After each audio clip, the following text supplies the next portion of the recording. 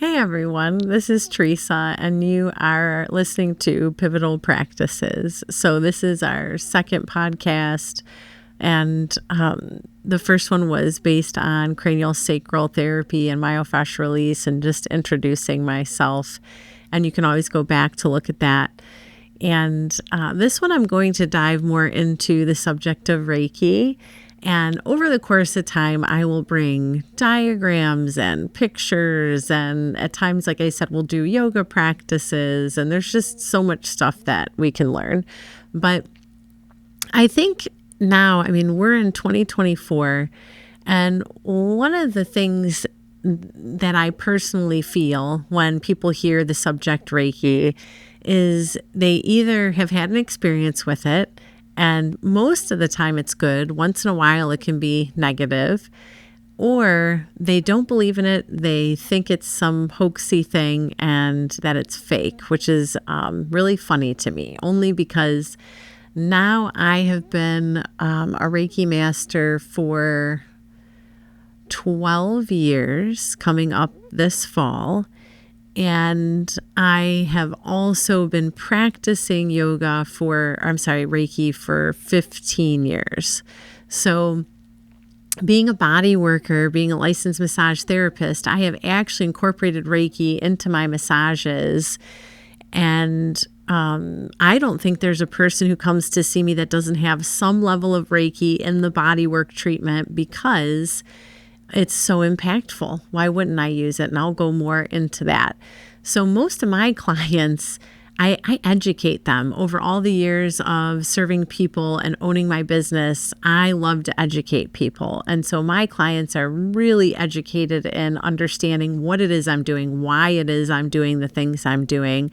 And I have taught Reiki I've taught levels 1, 2, 3, which is advanced, 4, which is the master level. And I can teach and also teach teachers to teach and certify all of those levels. And I have been doing that for 11 and a half years. And at this point in time, I have actually taught hundreds and hundreds and hundreds of people. If I was to guess, I would say it's easily probably about 700 at least. I have taught at Summa Healthcare years back, their entire team of licensed massage therapists. And I have also taught at all sorts of different places as far as Reiki goes, like different health places, at yoga studios, at my business. And one of the things that I noticed when I became a Reiki master was Reiki has become so widespread that there's really no permanent structure like you would have in a university or a school. And so for me, when I learned Reiki, I just didn't feel like I was taught enough about the energy body. Like I didn't feel, even though at the time I was teaching yoga, like I really knew everything about the chakras and the energy body. I don't feel like I knew anything about the meridians.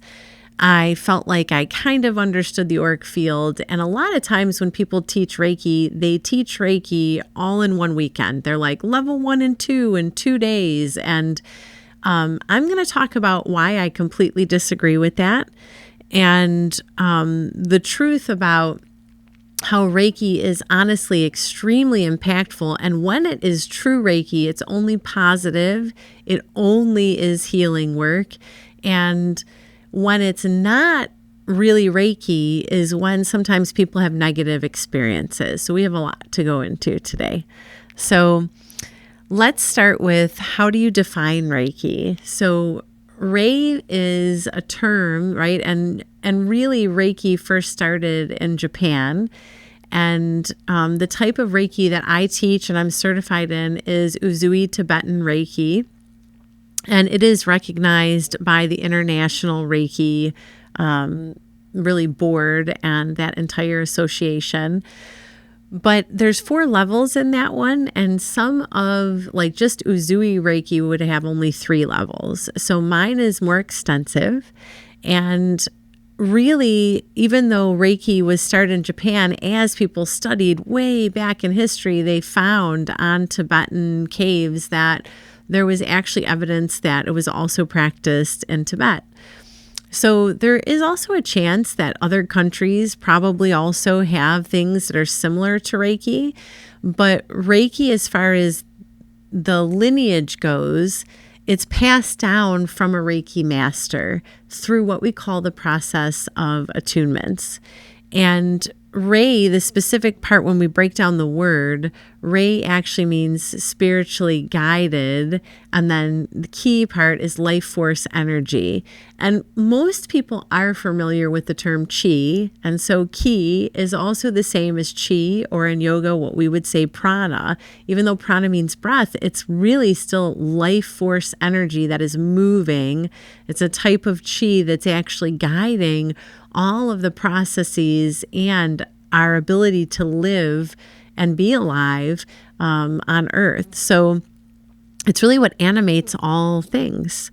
And with it, the thing that makes Reiki really different than just, even though people place it into energy medicine, is it actually is more than that. As much as we could talk about, let's say, Donna Eden energy medicine or energy medicine, Reiki, the best way I could say that you could view it is kind of like a sacrament that you choose to come into and take. Because the only way that you are able to administer it or have that energy is through an attunement that is being passed down through a Reiki master. And the most beautiful thing about Reiki is that I have to accept learning it, but also through the attunement, going through my own healing. It's not something that I just have. It actually means that I'm willingly admitting that I need some healing, and that as I get the attunement, I go through healing, and then I can channel some Reiki. With each level of Reiki that's learned, another attunement is administered. And when the attunement is administered, then the person gets to channel more Reiki after the healing is completed. So let's kind of go a little bit deeper into this. An attunement is really something where the Reiki master is able to generate a lot more healing energy than a level 1 practitioner due to all the attunements that they have received. It's cleaning out what we call in yoga samskaras. And samskaras can be good or bad, but when we're talking about samskaras that are being healed, we're talking about negative ones, right? We're not talking about the positive ones. So let's talk about samskaras are really impressions that are left in our energy body or in our field. And some of them are either positive ones, such as the day that I held my son when he was born. That was really positive. Maybe the first time I ever received a kiss, right? Maybe it was the first time I did a yoga practice. Those are like positive samskaras. Negative ones are traumatic, like a car accident. For example, when I fractured my spine, that left a negative samskara in my body and in my energy field. Anything that would be like emotional abuse, any type of surgery can also leave negative samskaras because it's a violation to the body. Even if it is to save a life, it still feels like a violation to the body to be cut open. And when we're talking about the attunement process, let's say I'm 20 years old and I have my first attunement. I have a lot less samskaras because I haven't lived as long as, let's say, somebody who's 40 or somebody who's 50 or 60 years old. And though if my first time I'm getting my attunement and I'm older, I have a lot more samskaras that are going to well up through my healing. So it's really interesting to be there for each student, as I've taught all sorts of age groups, all the way up to people well into their 70s, Reiki. And it is unique. Each person's healing is unique because whatever trauma or whatever life you've lived is unique to you. Nobody's lived the exact same life. So the samskaras that are healing for you are going to be unique to your experiences, your traumas. And the teacher should always be supportive and making sure that they're explaining after an attunement that you will go through a healing before and after, and be attentive if you have questions. So how can we generate more energy as a Reiki master? So I want you to imagine, like, in this little circle, like, chakras are really powerful energy centers, but they're not that big. And they don't need to be, because they're really our ethereal body. They're just another system in our body. And the best way I usually explain it to people is, here's your chakra. And when I give you a Reiki level 1 attunement, let's imagine I had a pencil and I put the pencil through this circle. That's about the amount of healing that I'm going to pave all the way through all 7 chakras, so that you can then, once this 7 days or so passes, you can then actually generate that much of a level of Reiki at Reiki level 1. But then when you get your second attunement, you're already having those healed. Now imagine I had like 2 pencils and I was putting them through this hole, and then it's going to chisel through more healing and more samskaras.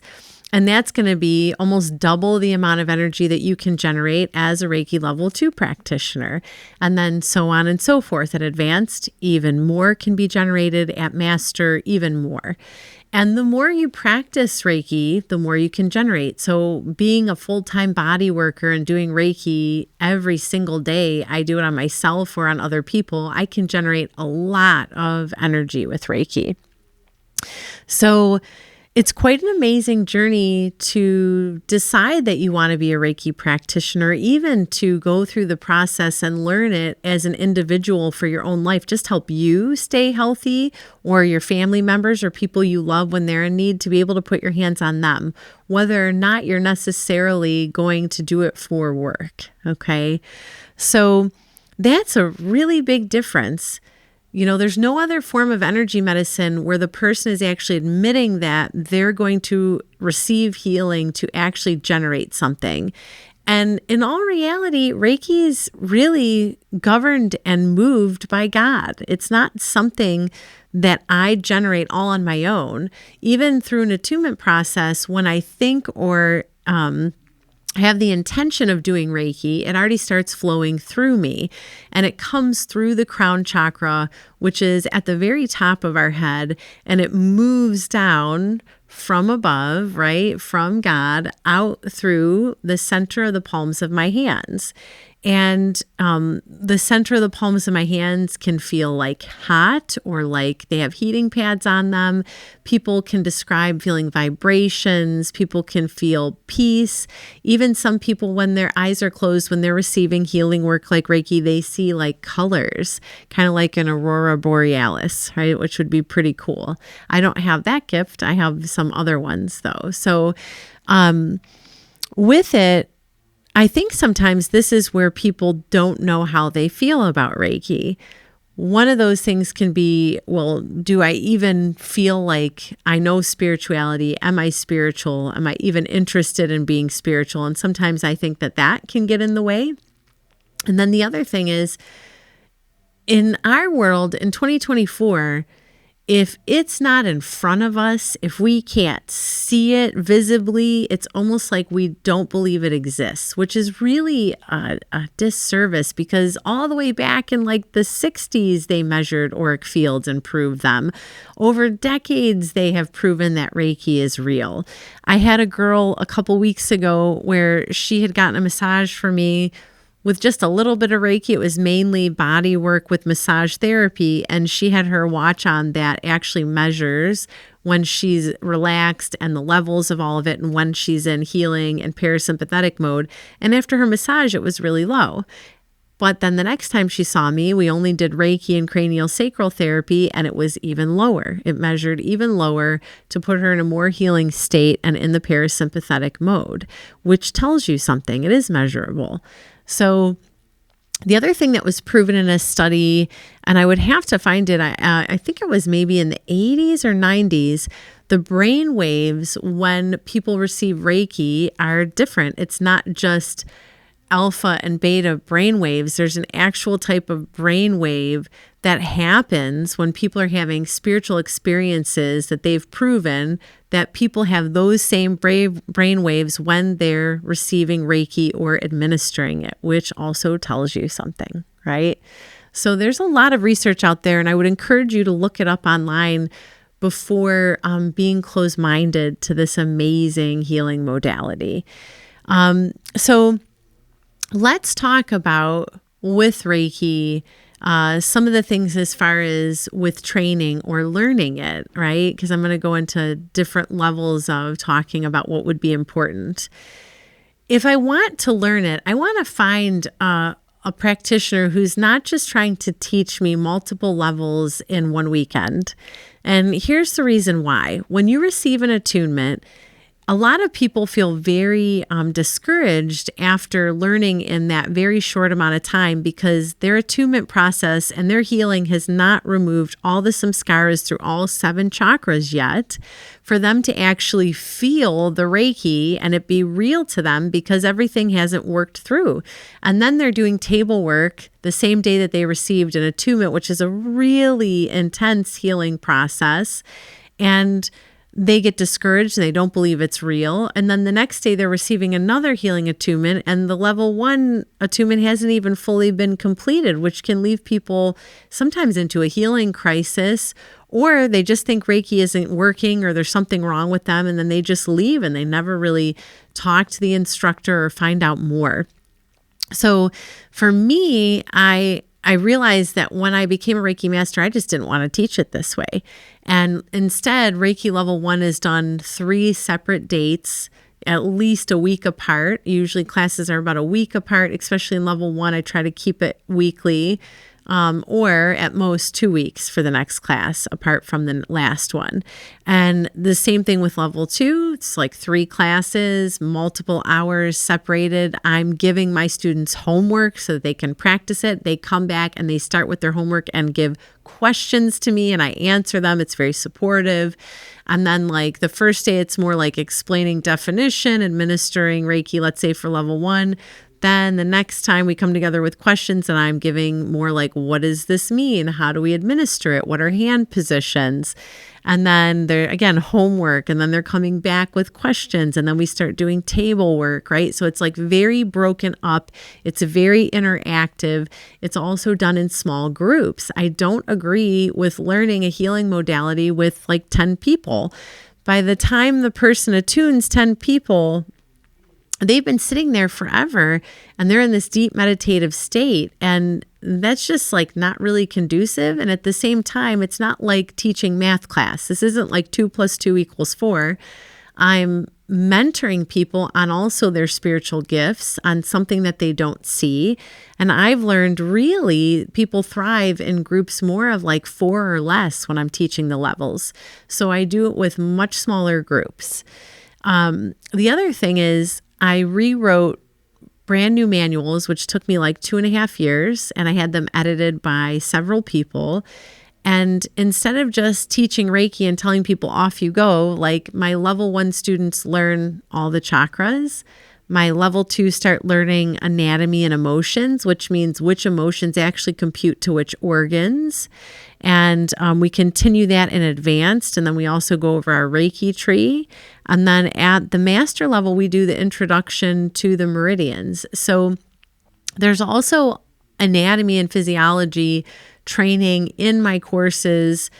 But the last thing is I realized I do continuing ed classes and I do them and I have a binder that's really thick and they go anywhere from me talking about PTSD so that they can help know where to put their hands, how to help people with that, to Reiki in your blood, to Reiki on the brain, to meditation with Reiki, like all sorts of A&P, all sorts of different training.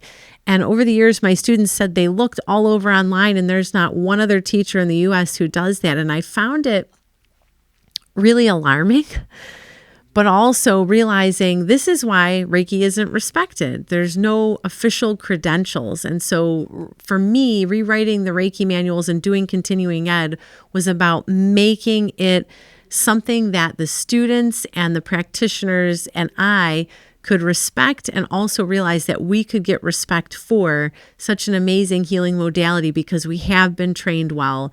We can have reasoning and logic behind what it is we're doing while we're also doing this amazing healing modality. So, hopefully that helps you pick the right teacher and also gives you a little bit more feedback about learning Reiki. So let's talk about what about as far as receiving. So it's really interesting because people have said to me, well, I had this really negative experience and it felt like somebody was doing something evil to me. And I always educate my practitioners and my clients, if you feel like something is off, that's not pure Reiki. Pure Reiki is really God's love and light shining through in this healing energy. It has nothing to do with witchcraft at all.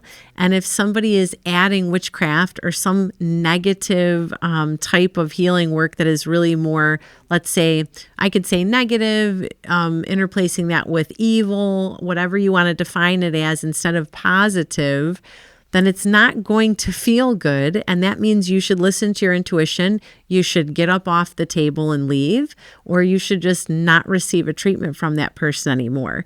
Witchcraft has nothing to do with Reiki.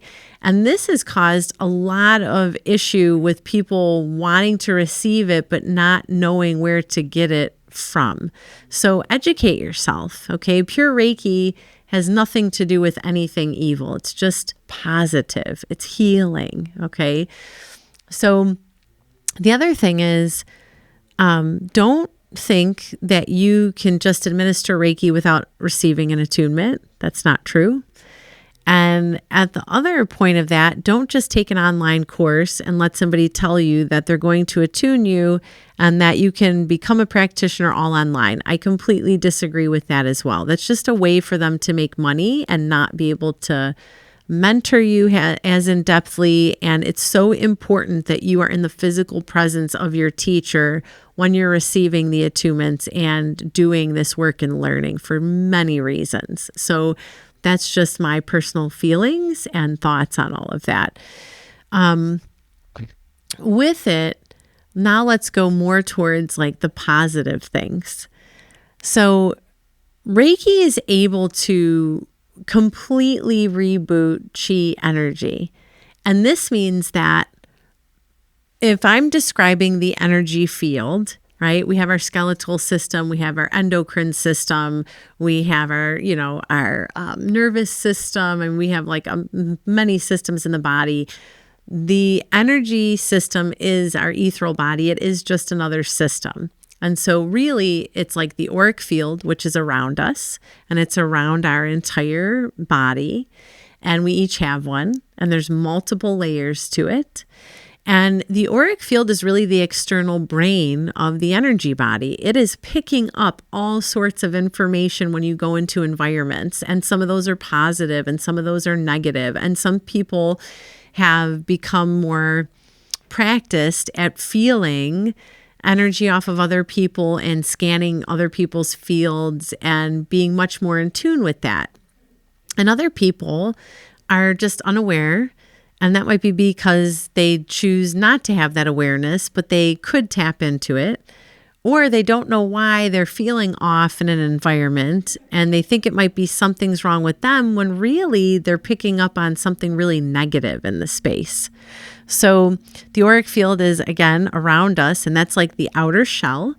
And then from the auric field, as it interprets, that energy body then goes and moves its interpretations into the crown chakra, which is the highest vibrational part of our energy body. And it then moves through our chakra system. And we have the main chakras, we'll talk about 7 main chakras. And then after it moves and filters through the chakras, really executing where this information needs to go and be interpreted, then it moves through our meridians, which are just really like small rivers to the big lakes of the chakras, to the big ocean of our auric field. And that's the best way I could describe it. Hopefully you can picture that.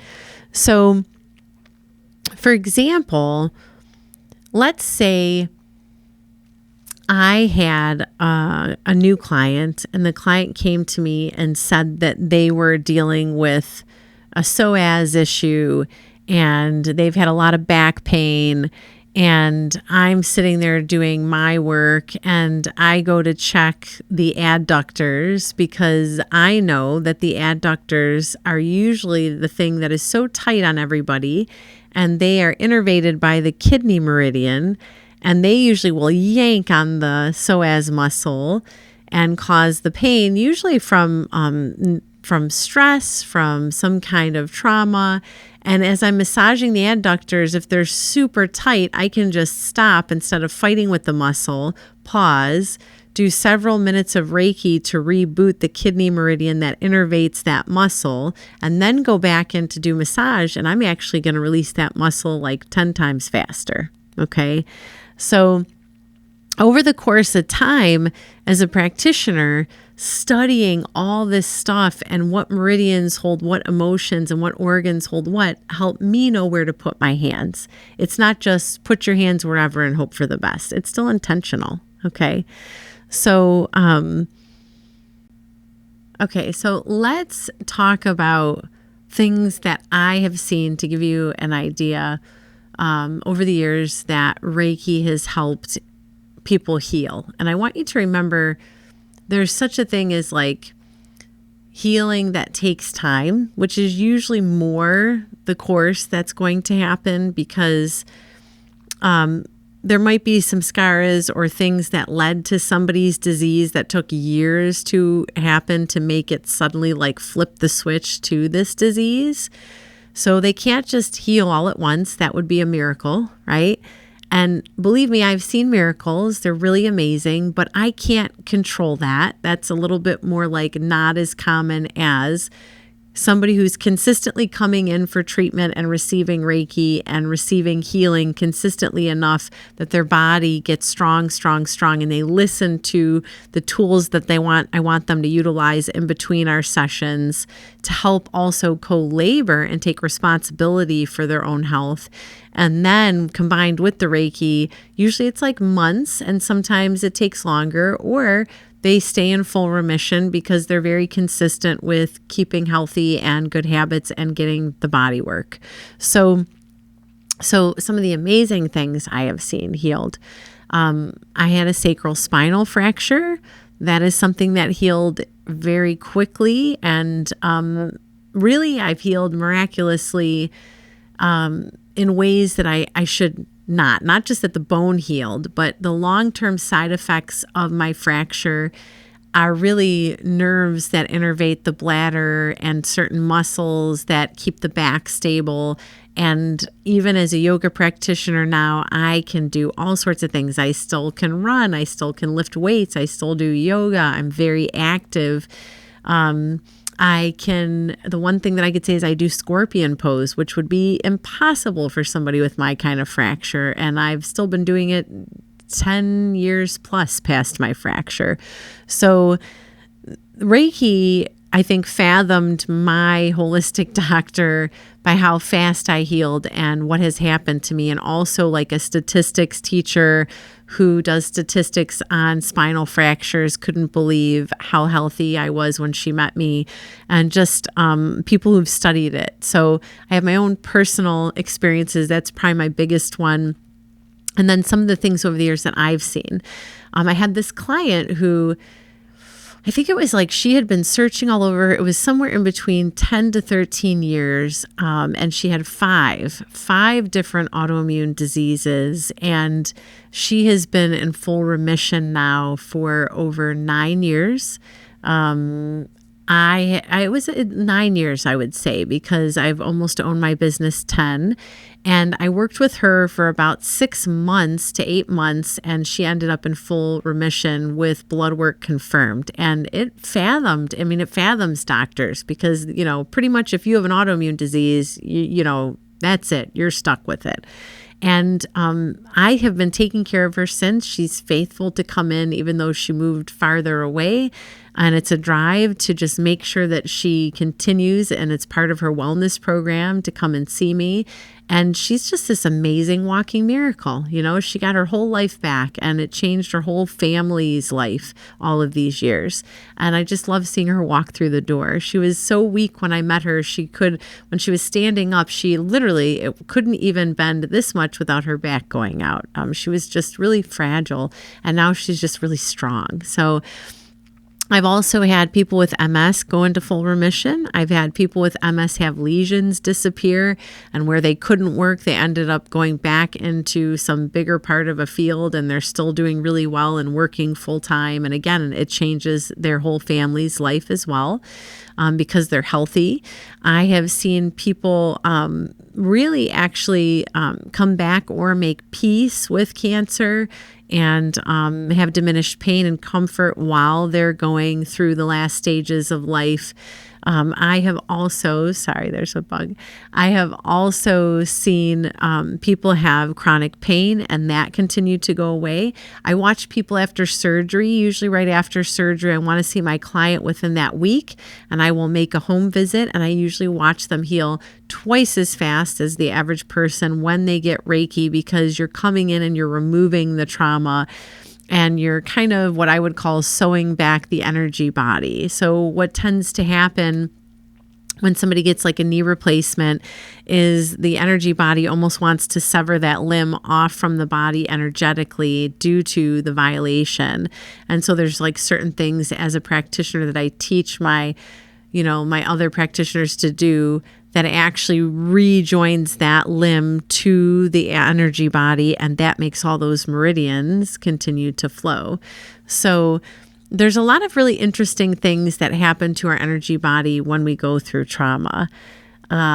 So really the list could go on and on. I feel like I've been so blessed to see all of the things that I've seen. But really, Reiki can be done on anyone. It's that one modality that nobody cannot not have it done because it causes no harm. It never causes harm. It's only going to help someone. And the beautiful thing about it means that even if you have cancer, you can get Reiki, right? And when people have cancer, they really can't get a lot of body work, but they really need comfort. They're going through a tremendous amount trying to fight it. And people who've just come out of surgery can receive Reiki. And the other thing I would say, too, that was amazing was I had a lady with a knee replacement and all of her toes were really painful. And again, that's caused from the severing.